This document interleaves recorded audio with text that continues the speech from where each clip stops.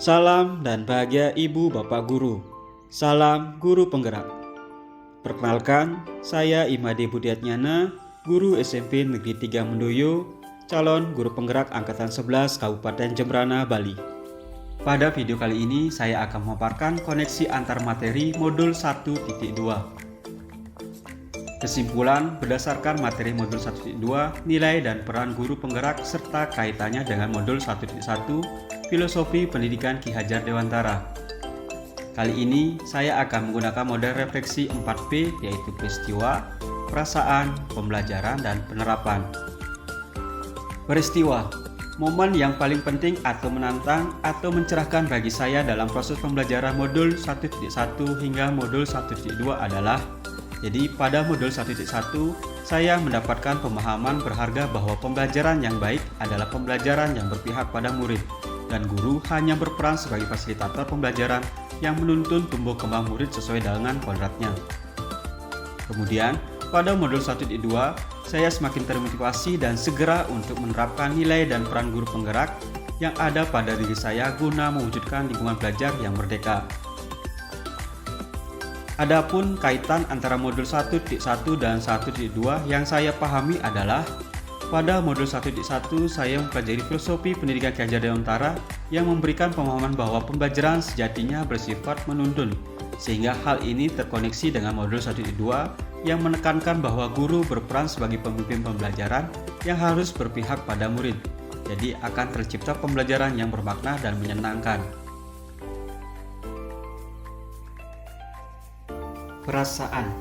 Saya merasa seperti menemukan kunci ajaib. Semua puzzle pembelajaran terhubung, saling mengaitkan, dan menjadi lebih bermakna.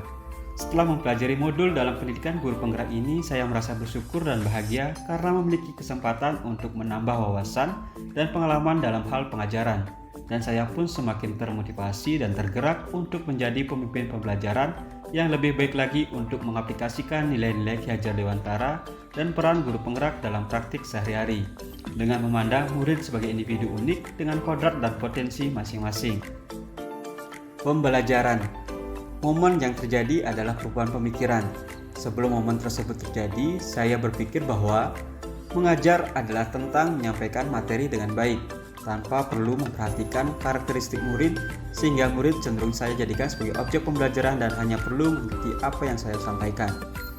Namun sekarang saya berpikir bahwa saya harus menjadi guru yang berpihak pada murid, mandiri, reflektif, kolaboratif, dan inovatif. Dan selain itu, saya juga harus berperan menjadi pemimpin pembelajaran, menggerakkan komunitas praktisi, jadi coach guru lain, mendorong kolaborasi antar guru, dan juga mewujudkan kepemimpinan murid. Penerapan ke depan.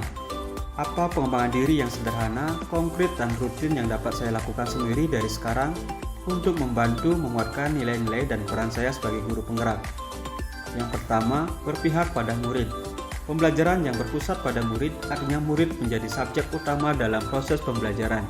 Guru berperan sebagai fasilitator yang mendampingi dan membimbing anak dalam menemukan potensinya. Segala hal yang guru lakukan harus bergeser dari pemuasan kepentingan diri sendiri maupun pihak lain menuju kepentingan pembelajaran murid. Kegiatan yang dapat dilakukan: yang pertama, pembelajaran yang berpusat pada murid.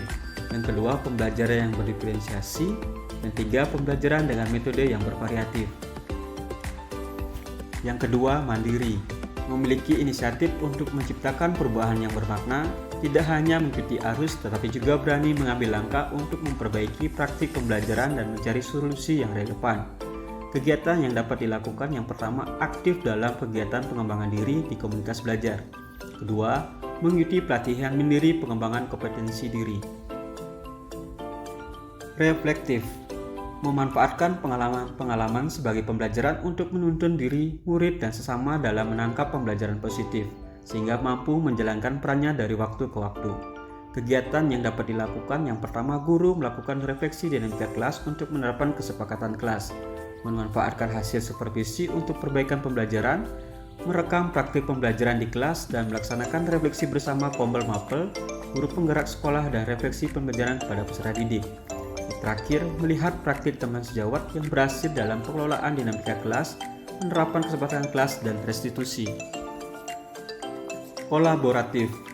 Mampu senantiasa membangun daya sanding, mereka memperhatikan pentingnya kesaling ketergantungan yang positif terhadap seluruh pihak pemangku kepentingan yang berada di lingkungan sekolah maupun di luar sekolah dalam mencapai tujuan pembelajaran, menciptakan lingkungan belajar yang kontekstual dan berdaya guna.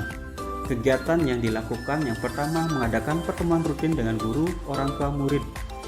Yang kedua, melibatkan siswa dalam program kepemimpinan, termasuk perencanaan, pelaksanaan, dan evaluasi bersama. 3. Membangun kerjasama dengan pihak terkait untuk kegiatan yang berpihak pada murid. 4. Bekerjasama dalam komunitas belajar mapel sekolah maupun MGMP. Inovatif.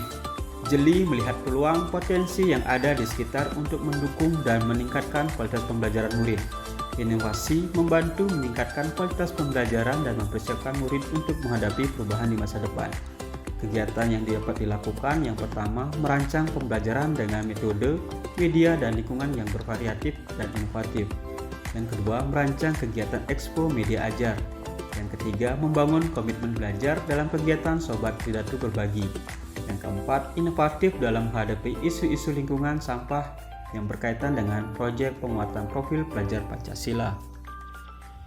Demikian pemaparan singkat pada video ini terkait koneksi antar materi modul 1.1 dan modul 1.2.